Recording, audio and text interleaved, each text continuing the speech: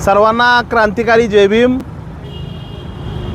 आम्ही Republican party of India Satara जिल्ह्याच्या वतीनं गेल्या 7 वर्षापासून या सातारा शहरामध्ये राष्ट्रपिता महात्मा ज्योतिबा फुले, त्याचबरोबर विश्वरत्न महामानव डॉक्टर बाबासाहेब आंबेडकर यांची संयुक्त जयंती अतिशय उत्साहामध्ये आणि आनंदामध्ये साजरं करत असतो। यावर्षी वारसा भीमाचा फेस्टिवलचं 7वं वर्ष आहे। गेल्या 7 वर्षापासून या सातारा शहरामध्ये वारसा भीमाचा फेस्टिवलच्या माध्यमातून आम्ही विविध सामाजिक उपक्रम घेत आलेलो आहोत।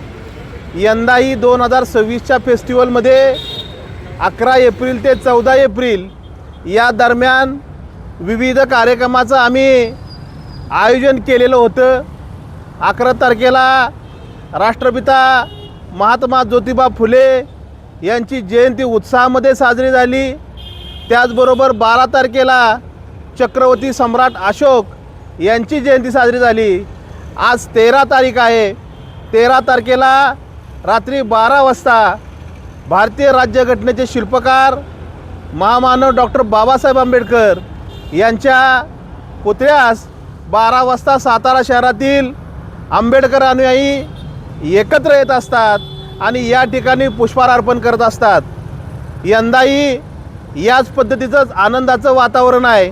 रात्री 12 वाजता डॉक्टर बाबासाहेब आंबेडकरांना पुतळ्याला पुष्पहार अर्पण केला जाईल, फटाक्याची आतिषबाजी होईल, त्याचबरोबर मिष्टान्न वाटप होईल। उद्या सकाळी 10 वाजता याच ठिकाणी पुतळा परिसरामध्ये सामुदायिक धम्मवंदना असेल, सामुदायिक त्रिशरण पंचशील असेल, याचं ग्रहण केलं जाईल।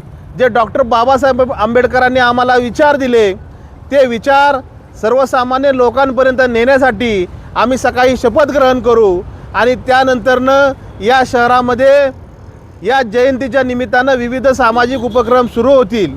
आम्ही वारसा भीमाच्या फेस्टिवलच्या माध्यमातून उद्या सकाळी डॉक्टर बाबासाहेब आंबेडकर पुतळा परिसराच्या शेजारी पाण्याच्या टाकीशी लगत आम्ही या ठिकाणी भव्य असा सभामंडप उभारलेला आहे। या ठिकाणी लोकांना भोजनाची व्यवस्था केलेली आहे, पाण्याची व्यवस्था केलेली आहे, रसनाची व्यवस्था केलेली आहे आणि दिवसभर जे आमचे माता भगिनी, ज्येष्ठ नागरिक, मुलं बाळ या ठिकाणी अभिवादनाला येणार आहे त्यांना या ठिकाणी बसण्याची आसनाची व्यवस्थासुद्धा केलेली आहे।